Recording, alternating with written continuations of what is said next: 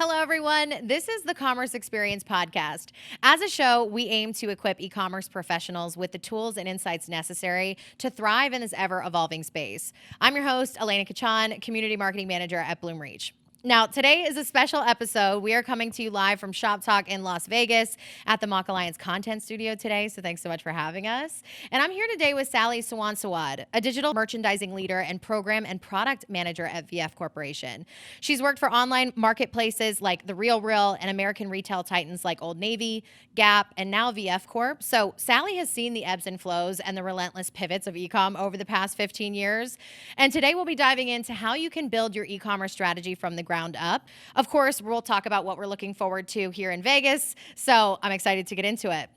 Now, Sally and I have wanted to chat for a while now. She is a Bloomreach ambassador and a power user of our tool, and she has such a wide range of experience. So I'm really excited I get to pick her brain about all things merchandising. Thanks so much for being here. Thank you. Thank you for having me. I really appreciate it. So we've been talking about doing this episode for a while now, and I will say Sally is one of our Bloomreach ambassadors. So VF Corporation is one of our customers, and I love her energy, and she comes to all of our events with just such great positive energy, and I feel like you're working with an amazing team. Okay, so we discussed originally on our prep call that you actually didn't start your career in e-com, despite your immense success in the field. So before we get to the main topic today, would you mind talking about how you got to where you are and maybe any advice for people who are looking to build a career in merchandising? Anything you can share with that? Yeah, I went to school for fashion merchandising, and then I ended up in restaurant space. And so I did restaurant work for a long time. But during my sort of fashion merchandising world, I was doing a lot of wholesale selling to distributors, things of that nature. So that was super fun. But after the restaurant thing, I really missed being in fashion and just retail in general. And so I found my way into Old Navy as a sample coordinator. I just had a baby, needed to get back into, just wanted to have a real job. And then I, like within a couple weeks, I got promoted and just sort of found my way up there. And I did assistant merchandising for a while, and eventually just found my this was only for oldnavy.com, but I just eventually found myself like really just doing site merchandising work only. And so that is where I started. And I mean, it's sort of been a whirlwind from there. Yeah, no, and I love your experience and your journey. I feel like it makes you a little bit more of a dynamic merchandiser, and now you're obviously overseeing a lot of different things, so it's cool to see your evolution. But I feel like despite the learning curve in e-commerce, it's possible to break into this industry, even if you're coming from a different space. Yes, I do believe that. What do you feel like the key components are to essentially setting up a really strong e-commerce strategy from scratch? What have you learned at your time at retail brands like Old Navy and VF Corp? I feel like the biggest takeaways has really been about being curious, having a growth mindset. And those things are really having the ability to be curious enough to understand the technology component, be really curious to understand the marketing, inventory management, web operations, sort of like the whole thing, in order to really feel like you can build a digital strategy from the ground up. And so those were like the biggest things for me. And I apply that methodology in everything that I do today. I'm the same way. I feel like that is the heart of why we do what we do, and being curious. I read all the time, and we were just talking about this before we started recording. It's like, how do you stay up to date on all of the trends? It's like, read everything and be curious. Read everything. Read everything, be curious, and go down whatever rabbit hole will take you. I listen to my kids. My kids tell me what interests them, and I'm like, what is this weird thing that you're looking at? Yeah, it's fantastic. Well, I feel like there's so much noise to cut through to get noticed online as a brand. Could you maybe share your insights on how brands could potentially elevate their digital shopping experience to stand out in a crowded online marketplace? What are you seeing? Yeah, that is a very good question. I do feel like brands are really struggling. And for me, it's like not just, even though I deal with predominantly the site merchandising team, the experiences that I'm seeing is a synergy of marketing support and the site merchandising teams working together. So it's really thinking about the experience holistically. So anything from virtual VR shopping experiences, personalization is massive, and just how do you cater all of those experiences uniquely to each and every customer?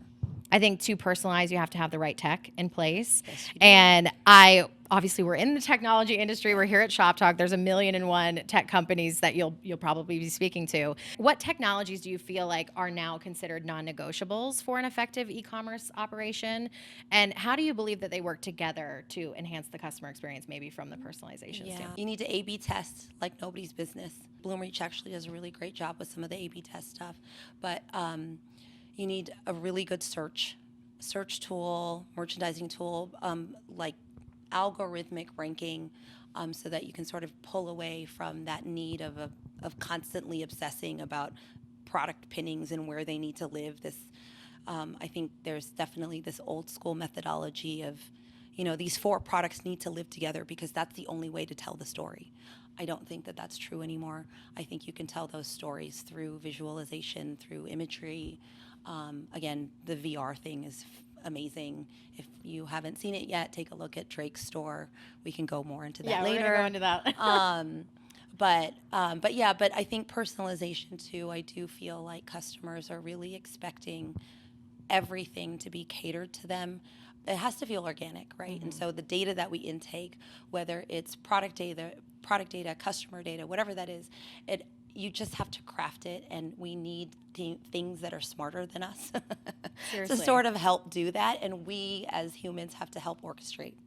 And so that's what I want all brands to sort of all brands to sort of head in that direction, but I think it takes a lot of faith to get there because a lot of people don't believe in it because they can't see it. I actually pulled some insights here. Gartner says that 71% of B2C and 86% of B2B customers expect companies to be well informed about their personal information during an interaction, and they are expecting to be seen and for the brand to just understand what they want.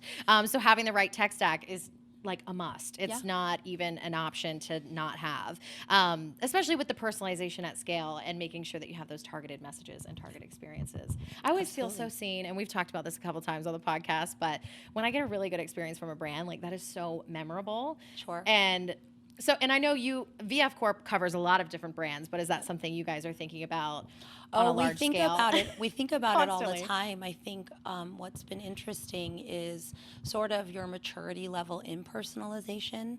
And I've been at brands where they were at a place where any time you landed on a product listing page, it was individualized to you and what you last looked at. And that was really hard in the sense of, my neighbor next to me had excellent fashion taste. So every time I looked at her new arrivals, I was like, that's amazing. It looks great. Why does mine not look like that? And then it was like, oh, because I just bought $5 leggings. And so now all I see are leggings. Got it. If I just waited 10 minutes and did a little bit more browsing, then I would have the experience that I was expecting. And that's okay, but again, it's having that faith of like, no, this is going to work for you. Just when you wake up in the morning or your last purchase was $5 leggings, maybe lower your standards a little bit. Yeah.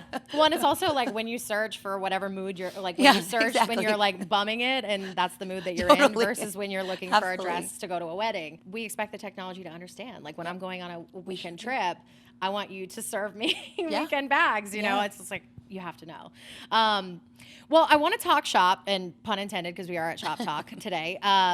We're talking a lot about trends, and I want to ask you, what emerging merchandising trends are you really excited about? Now, we kind of talked about Drake's VR room, but is there anything that you've seen that you feel like hasn't gotten the attention that it deserves, or anything you're excited about looking forward?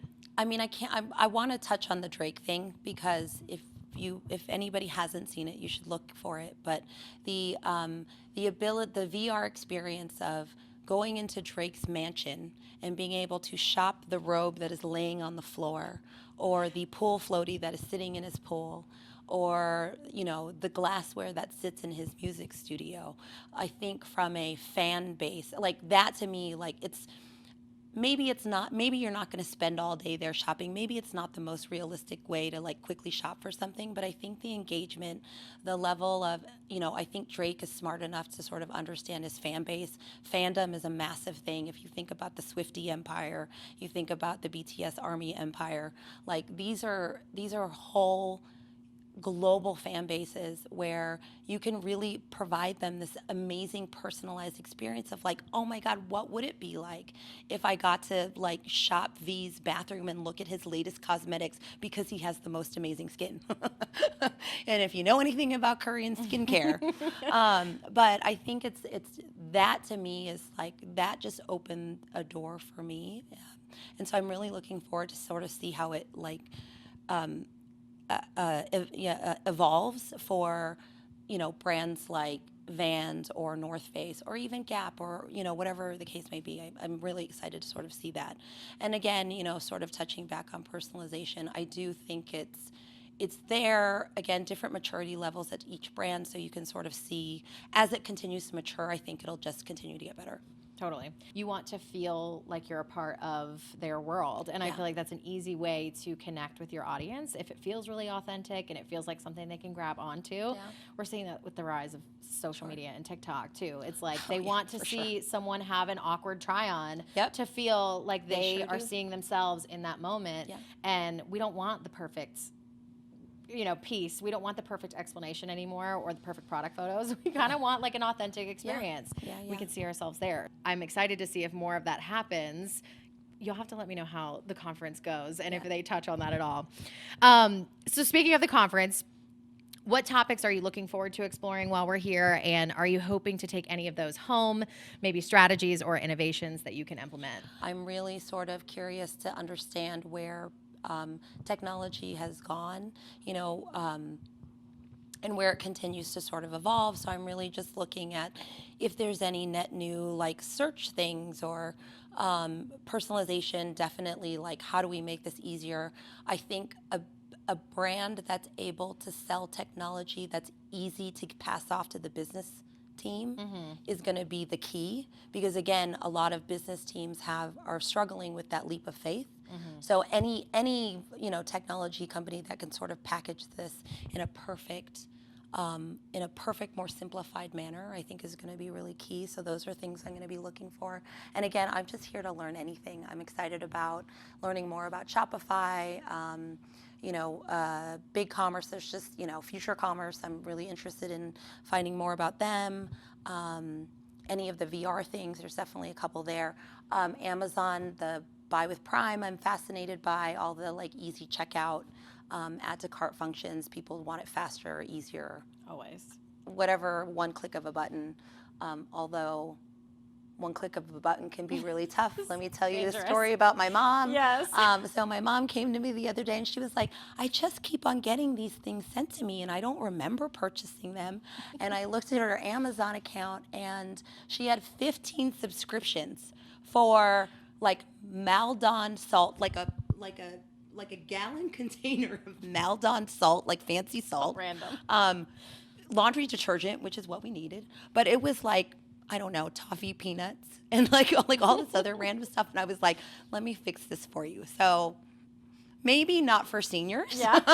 Sally's but for everybody else, this should be a one-stop, easy click shop. Well, I think everybody is trying to simplify the experience in general. Like even B2B, if you're buying technology, you want to simplify that experience. If you're B2C and you're, the people who are buying from you want to simplify and make it as easy as possible to check out and get exactly what they want when they want it. So you'll have to let me know how that goes. I'll tell you her next set of subscriptions. Yeah. Your mom is probably like accidentally clicking subscription every single time. Every time. That is too funny. So I wanted to talk about, obviously we're here at a conference and you even said you're just open to learning and you're coming in with this growth mindset. So outside of conferences like this, how do you stay informed with what's happening in the world? Hottest trends when it comes to retail, merchandising, things like that? I pay attention to my kids. I've got a 19-year-old and I got a 13-year-old and they're all over TikTok and they're all over Snapchat and YouTube, and they tell me about the latest thing they want to purchase and I'm like, what, where, how, who did you find this out by? Panda Buy is the latest one I need to learn about, apparently. Have you heard about Panda Buy? I haven't heard about it. I don't even know about Panda Buy. All I know is I don't know if their goods are legit, but my 13-year-old son is convinced that they are. So, okay. Well, so I'll be going on a journey. So ask me next week what Panda Buy is about. The kids are keeping us in front. The kids keep me in tune. And honestly, it's like, I think also because all of the recent media around the TikTok, around, like, you can't help but not read regular news Yeah. to really stay connected about what's going on. So those are the things that tend to keep me like there, and then I just sort of go down the rabbit hole because, again, personalization, or Yeah. Well, the TikTok they know what I'm algorithm, interested they just in. know. They know exactly what to feed you. Do you go on TikTok? Is that where you consume news? Sometimes ish. It's Okay. more like ish. Sometimes I do a lot of Instagram stuff, and I sort of will go. That'll like I'll hear like one thing, and it'll spark my interest, and then I'll like go into a separate, incognito window. I'm trying to be thoughtful about it. So I'm curious to hear how you envision digital merchandising evolving in the next few years. Do you have any advice? What should companies be preparing for now? I think leaders do need to feel confident in knowing a little bit about everything. That little bit about everything then sort of leads to, I have trust and faith in the engineering team to sort of do the ask, the product owners to listen to my requirements, the marketing teams to understand, to two-way street, understand where we're both coming from, and learning where our objectives are. But I feel like, again, for me, I've just stood behind attribution as being sort of the key that drives all of e-commerce. It can drive your personalization, it drives your product discovery, it drives search, it drives so many things. And that to build like a really great strategy, you sort of have to understand that component of it, build the strategy from there. Then you can understand the automation, where the AI comes in to actually do that work for you. But then once you sort of build that foundation, it's easier to strategize. But if you're just trying to strategize out of nowhere and then backtrack and realize, oh, well, you don't have the attributes to drive that asset because you want it to have this only go to things that are, the Nupsy puffer jacket only. It's like that's really hard to do. And then you backtrack, and then you've got engineers that need to develop it for you, and then now you're waiting 6 weeks. And it's things like that where I think, a digital leader is really going to benefit from just understanding those pieces out the gate, so that when you go into the season, you already know with your marketing team what you need to already plan for. And it's already done. The development work is done. All of the things are done. And so that way, when it comes to that point 6 months down the line, you're not having to pause. Yeah. You do a good job of bridging the gap between marketing and merchandising. Can you talk a little bit about your experience with that? I'm coming from a marketer side, but when you're working together on the same goal, can you talk about the relationship or maybe the cross-functionality? Yeah. I mean, I had a really amazing experience at the Gap brands where, when we finally became Omni, it took us a while to become truly Omni. And eventually we got to this place where it was like, okay, we've got this assortment, and then it's sort of like, it's been determined that Old Navy online can take the total assortment. We now just aren't giving you extra colors of a style. Like it doesn't work. It doesn't have to work that way. But when it got to sort of the marketing calendar, it was like, well, we have to be aligned. If we're having a 50% off baby sale, that date should be at the stores and it should be online, because the two need to stay connected. But what we got to a place was, well, our digital merchandising team was really great about being able to say, look, we can actually put 50% more inventory behind eyelet dresses, because we know we can send an email that's just eyelet dresses because it's the fabrication for the season. Stores can't necessarily sort of be that specific, so we can actually commit to, in an effort to drive more traffic to the site during maybe like non-sale times, being able to send an email that's for eyelet dressing for the family. And we would plan with our marketing teams. We would have quarterly meetings, we would have hindsighting meetings, and then we would have weekly meetings of saying, hey, we need to actually push 50,000 more units of jeans this week. What can we do? So it's like, I think that relationship with marketing, the monthly, quarterly, weekly meetings were the things that really helped just prioritize what needed to get prioritized. I think that could be difficult, especially when you're working for a massive organization. Sure. Yeah. There's a lot going on. And I think, too, we spoke about this a little bit, but like the difference between merchandising at the stores on the local level and digital merchandising, Yep. because they're very different, but I think Very sometimes different. people lump them in together. Yeah. How do you see the difference playing out? Yeah, in your I think I've seen sort of the evolution of that. I was somebody who was the sample coordinator and was like a web coordinator, and then I wanted to go into merchandising because in my head I was like, I love product, I love design, and then I sort of got there and was like, it's not. As we started to transition more into e-commerce, it really was less about that. And when I eventually came more of leading the site merchandising team, I even had to sort of hire differently. I couldn't hire, the young girl who had her eyes on merchandising in a store or buying in a store. I had to hire people that were more about like a little bit of. I mean, it sounds really kind of square and stiff, but it was like, I need to know what your type A personality is. How do you process the crap out of anything? And then I need you to logistically like understand that, yes, our position in sort of e-commerce is the buy has already been planned, the product has already been designed, but now we take this and we make sure that it's discoverable on the e-commerce site, and we work with our marketing friends to make sure that we drive traffic to the site in order for people to find this product and buy this product. So that to me was really the biggest difference of really having to hire differently, or at least level set to people that this is not about touching, feeling product. It's more about like, what does it look like on the page? How can does it have the attributes that it needs to? Does it have the facets that it needs to have? Does it have the product details for web SEO, for SEO optimization? Right. And really opening the door to, the power of SEO, and that was definitely new for me too at the time.